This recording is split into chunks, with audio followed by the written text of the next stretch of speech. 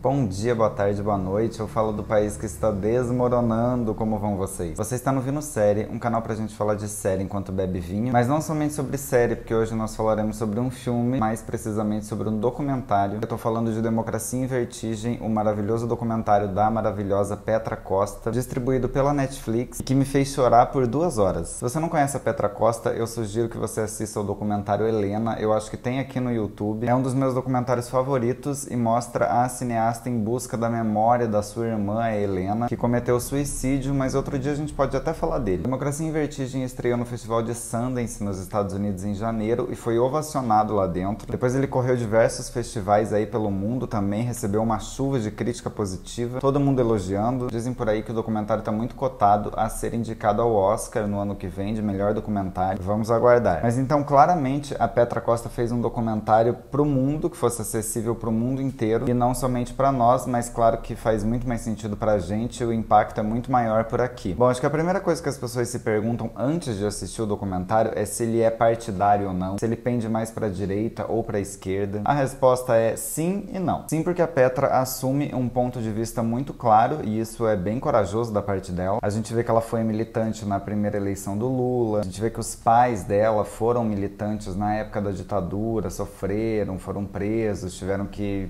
passar um tempo ali escondidos. E eles sonhavam com um ideal de esquerda que parecia estar se formando lá em 2002, na primeira eleição do Lula. Mas, ao mesmo tempo, a Petra tem um lado político muito crítico. Ela tá atenta a todas as notícias aí do mundo, à sua volta, ela não engole tudo que mandam. Claramente, ela não se deixa enganar por algumas coisas ali, do PT principalmente. Ou seja, ela é claramente uma democrata crítica e ela consegue passar isso muito bem durante o documentário. Mas antes de começar a falar de fato do filme, eu quero falar pra você assinar esse canal agora. Se você já assina, curte, compartilha, comenta, abre um vinho e vamos falar sobre Democracia em Vertigem. Bom, o documentário vai tentar recapitular tudo o que está acontecendo nesse país, desde o principal ponto político que aconteceu nos últimos anos, que foi o impeachment da Dilma em 2016. E aí ela vai até a eleição do Bolsonaro, até a posse dele. Só que para entender tudo o que aconteceu, a Petra quer ouvir os dois lados, então ela vai às ruas. Ela entrevista alguns manifestantes, ela passa uns dias no Congresso, lá no Planalto, filmando, tudo para tentar capturar o sentimento do brasileiro nesses momentos críticos aí. Mas de uma forma muito inteligente, a Petra vai voltando cada vez mais na história do Brasil para explicar o que está acontecendo no tecido social do país. Então ela volta lá para as greves do ABC, do Lula sindicalista, da ditadura militar, volta até a construção de Brasília, mostra o Juscelino. E é nessa parte que a Petra analisa de forma muito perspicaz o isolamento do Planalto Central com o povo brasileiro. Ela faz um paralelo com aquela construção belíssima lá do Niemeyer e mostra o distanciamento entre aquelas construções e o povo. Então, quer dizer, os parlamentares, as pessoas que estavam lá para defender os interesses do povo, estavam cada vez mais afastados, longe. A diferença desse documentário e de um outro documentário chamado O Processo é que o Processo faz mais uma retrospectiva sem muita interferência ali, junto mais cenas, e aí você vai entendendo o que aconteceu desde o impeachment da Dilma. Só que Democracia em Vertigem tem o detalhe do tom pessoal e poético da Petra Costa. Ela assume um tom pessoal mesmo, ela faz um paralelo com a história dela, com a história da família dela, e esse tom pessoal gera identificação no público, né, na gente. Eu, pelo menos, me identifiquei com várias coisas. Ela entrevista a mãe, que faz uma análise muito sóbria sobre toda essa situação. Por exemplo, tem uma cena em que a mãe dela diz que essa coisa de acordo entre governo e empresas e empreiteiras não é novidade nenhuma, sempre teve. A novidade é que hoje esses empresários e os empreiteiros estão sendo presos. Mas isso não significa muita coisa porque a elite percebeu que para a esquerda sair da jogada e para eles voltarem ao jogo político, eles teriam que sacrificar alguma coisa, né? Teriam que cortar um braço, que seriam os empreiteiros. Então a elite corta uma parte do próprio braço dela, continua o resto normal, o povo começa a achar que as coisas estão mudando, eles lentamente voltam e aí roda o mecanismo de novo. Só que agora sem a esquerda na jogada. O mais interessante de tudo isso é que, embora seja uma visão pessoal da Petra sobre o que está acontecendo, ela tem uma visão muito clara sobre o seu lugar dentro da história. Porque a Petra pertence a uma família rica do ramo da construção, chamada Andrade Gutierrez. O avô dela era um dos fundadores dessa empresa e cresceu horrores durante o governo militar, durante o governo FHC, durante o governo Collor, durante o governo Lula. Então, sabendo disso, ela faz o filme a partir de uma perspectiva de classe. E ela fala isso de maneira muito clara, dizendo que essa guerra está sendo comandada por sua classe, né, pelos ricos contra os pobres. O documentário tem 2 horas, ele mostra tudo que a gente precisa ver e rever, mas a Petra coloca umas coisas muito geniais ali no meio. Fora o texto texto dela que eu acho incrível, maravilhoso, poético mesmo. Ela deixa a câmera contar várias histórias ali pra você. Então, por exemplo, durante a votação do impeachment da Dilma, a gente ouve ver todos aqueles absurdos, mas também vai vendo a reação de alguns parlamentares ali, a reação de algumas pessoas ouvindo aquilo, e essas reações dizem muita coisa e contribuem para a narrativa do documentário. E ela sempre tenta ouvir os dois lados e nunca apela pro óbvio. O momento que eu achei mais sensível dessa história é quando ela filma a retirada dos móveis e da roupa da Dilma lá do Palácio da Alvorada, assim que ela recebe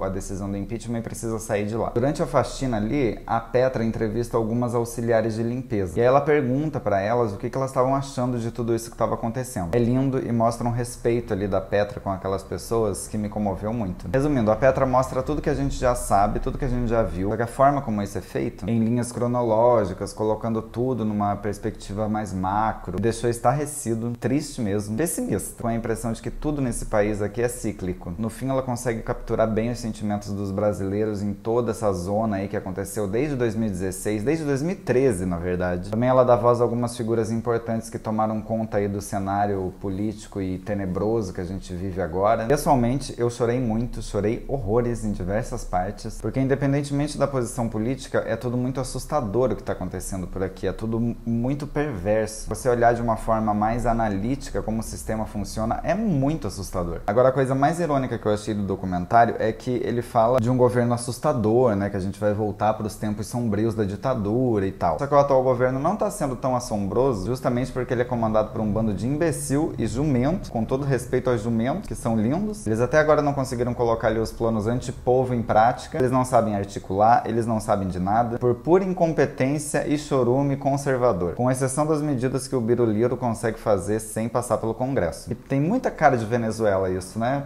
É a outra ironia. Bom, democracia em vertigem é extremamente necessário. É triste olhar pra trás pra gente entender o que aconteceu, mas é necessário. E dá mesmo aquela sensação de que a gente não tem a menor noção de onde tá indo, a gente não sabe o que vai acontecer, não tem ideia mesmo. Mas assistam, se você é de esquerda, vai continuar sendo de esquerda. Se você é de direita, vai continuar sendo de direita também. Se você é do centro ou não tem partido nenhum, vai continuar sendo assim. Mas se você analisar friamente todas as coisas apresentadas ali, talvez você até tome partido ou tome uma posição finalmente. Porque não tem muito o que falar, é aquilo lá que aconteceu. E foi golpe. Bom, se você gostou desse vídeo, já sabe o que fazer. Curte, comenta, compartilha, assina esse canal e a gente se vê no próximo vídeo. Tchau!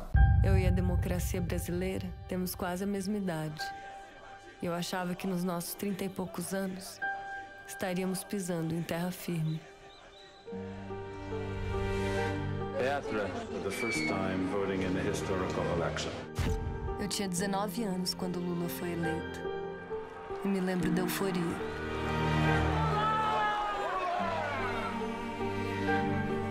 Parecia um grande passo para nossa democracia. 20 milhões de pessoas saem da pobreza, a taxa de desemprego atinge o menor índice da história e o Brasil emerge como um dos protagonistas no cenário mundial. Para sucedê-lo, ele escolhe Dilma Rousseff, que se torna a nossa primeira presidente mulher. Todos nós seremos julgados pela história. Parecia uma mudança de símbolos.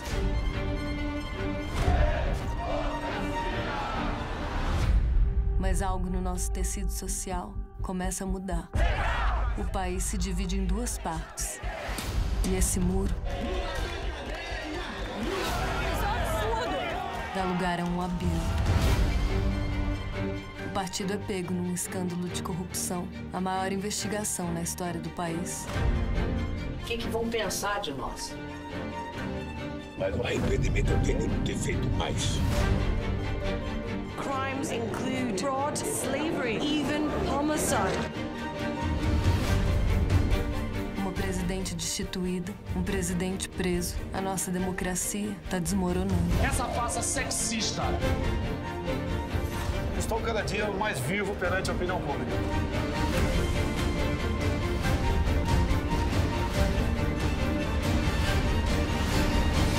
Eu temo que a nossa democracia tenha sido apenas um sonho efêmero.